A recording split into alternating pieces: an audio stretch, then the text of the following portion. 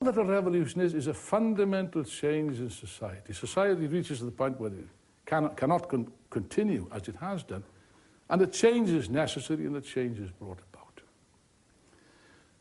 Of course, nowadays it's got a very bad name. I did a program on the History Channel about 5 years ago. Some people came from America and had interviewed me in the Wallace collection about the French Revolution, and they were very nice people, very honest people, but they were astounded at what I had to say. It was the French Revolution.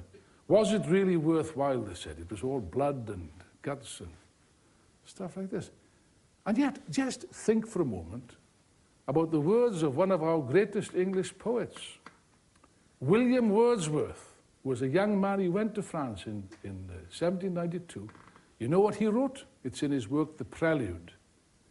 He said, "Bliss 'twas in that dawn to be alive, but to be young was very heaven." William Wordsworth. With those few lines, you can sense the feeling of colossal liberation and emancipation that this revolution had. It aroused enormous hopes. What was the reflection of the French Revolution in art? It had a very profound repercussion in art, in literature, in philosophy, for the whole of Europe, in poetry. All the greatest English and Scottish poets, Rabbie Burns, my hero, ordinary working man who became a marvelous poet, all were inspired by the vision of a people that decided to fight for freedom and take its destinies into its own hands. No matter what is said about anything else, it was a colossal act of social emancipation, which inspired, it changed art. Now, in a sense, the art and revolution are a little bit contradictory. Why do I say this? Because when people are fighting for their lives, art really, unfortunately, you could say, takes a second place, but it must take a second seat.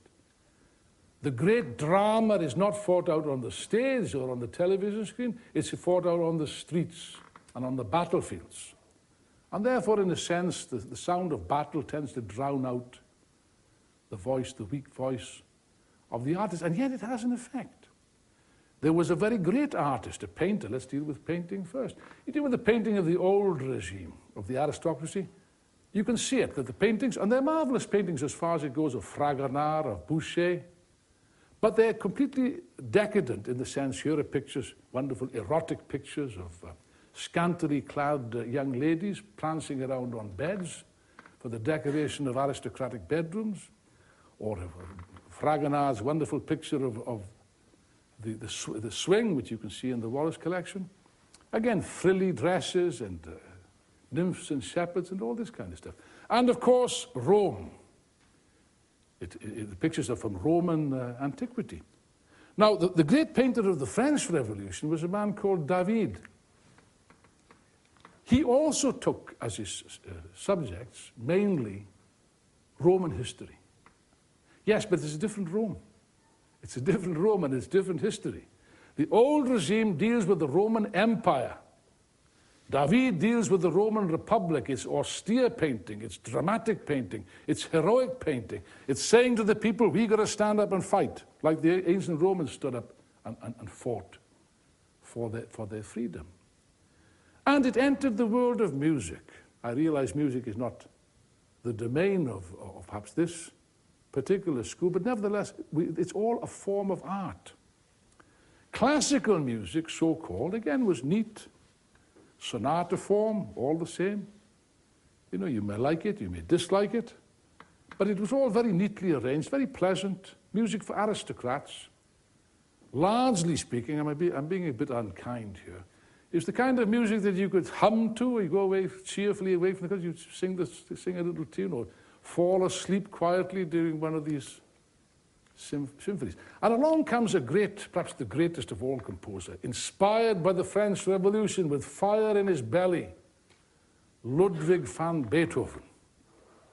And his third symphony, the Eroica Symphony, begins, I don't have the thing, but it begins like this. I hope I don't break something. Bang, bang.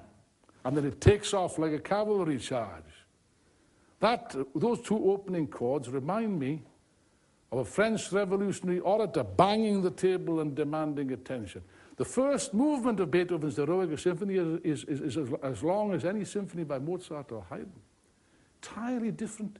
A revolution in music. It shocked people. Art, great art and great music has the power to shock. You know, there's a wonderful art critic. I don't much like critics. But there's one serious art critic today, Robert Hughes, the Australian, marvellous. I don't know if you know his book, The Shock of the New. Do you know this book? If you don't, please read it. It's a wonderful book. And he says quite correctly, great art must have the power to shock. You may like it or you may dislike it, but you must not be indifferent. Indifference is the death of art. You cannot be indifferent to great art. Nowadays, I fear that most people are quite indifferent to art, which tells us something about the state which art has found itself in. It wasn't always the case. Beethoven shocked the world. He was a subversive. He was a revolutionary. You must have all heard Beethoven's symphony. The opening was dun dun dun dun dum dum dum dum. This is that man battering on the door of history. You know, this is great. This has got music. It's got power to shock. Nicholas Arnoncourt, the great conductor, the Dutch conductor, actually said, this is not music, this is political agitation. This music is saying to us, this world is no good, this society is no good. Let's go, let's change it.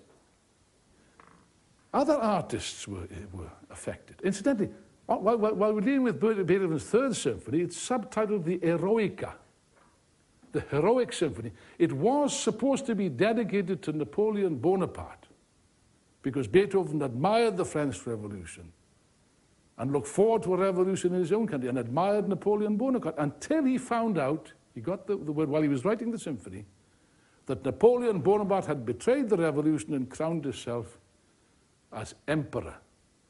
Whereupon Beethoven was disgusted and said, so he also is just only a man. And he scratched out the dedication to Napoleon Bonaparte, and he wrote in its place, to a hero, to the memory of a hero, the Eroica Symphony. You know, the manuscript, for you to see how art and music is connected with life and connected with the revolution, this manuscript still exists. You'll find it in Vienna. And if you look at this manuscript, if you look where he crossed out this dedication, he crossed it out with such fury that he tore a hole in the page. A great revolutionary and a great, possibly the greatest composer, I would say, of all times. Let's take another artist, which I consider to be one of the greatest of all times, which I strongly recommend to you. You would need to go to the Prado Museum in Madrid. I'm referring to Goya. I think one of the most fantastic artists that ever lived. And here is art that is relevant. Here is art that reflects the human condition. Somebody mentioned that phrase earlier on. In the most dramatic way possible. And by the way, there is not one Goya, there are two Goyas. The Goya of the first period painted pictures, beautiful pictures, of elegant young ladies and men dancing, blue skies, the sun is always shining. Then suddenly there's a change. Napoleon's armies invaded Spain. A brutal, bloody war began. Guerrilla war, that's where the word comes from, guerrilla. Guerrilla is a small war. Subsequently, the French were driven out, but unfortunately the monarchy returned, the Spanish monarchy, with the Inquisition, with blood and iron and all the dreams, because Goya was, like Beethoven, was a liberal. He was a revolutionary. He wanted change in Spain. He wanted democracy and liberty in Spain. All these dreams were shattered in the cruelest possible way, with the return of absolutism, secret police, torture, trials, the Inquisition. And Goya died a bitter, very bitter old man, isolated. I think he was deaf like Beethoven. And deafness is a terrible form of isolation. He painted his last paintings on the wall of a small house in France, on the plaster. These were not meant for people to see. These were not meant for money or for fame. He was pouring out what was inside himself, what was in his... This is true art, where the artist, without any external pressure, without any corruption or bribery or seeking after riches, pours out the inner contents of his or her soul. Goya's black period. Now here is the most astonishing art, the most modern art, art that really shocks. It is black. It is literally black. The earlier period, the skies are sunny, the sun is always shining, the skies are blue. Here the sky is black, permanently black. Here you have a picture of a mass of some kind of fluid or mud or vomit. It's the color of vomit. And the sky is the color of vomit, of a dog. You just see the dog's head, and the dog is drowning in this mess. Or two men hitting each other with cudgels, killing each other, and they're also sinking. Here are pictures of devils and demons and witches. It is a nightmare. It is a nightmare expressed in art. Yes, but this nightmare was what was actually happening in Goya's own country. There is a wonderful collection of etchings called Los Desastres de la Guerra, the disasters of war. More pictures of a greater impact, a greater condemnation of human cruelty and war you could not imagine. Goya, a great artist. Why a great artist? Because on the one hand, he's expressing what is in himself. This is true art. This is not prostitution. This is true art. At the same time, he's expressing a general reality, a truth which is a universal truth. He's expressing the period in which he lives. You know, I wish we had a Goya today that was capable of expressing the dilemma which our world faces, instead of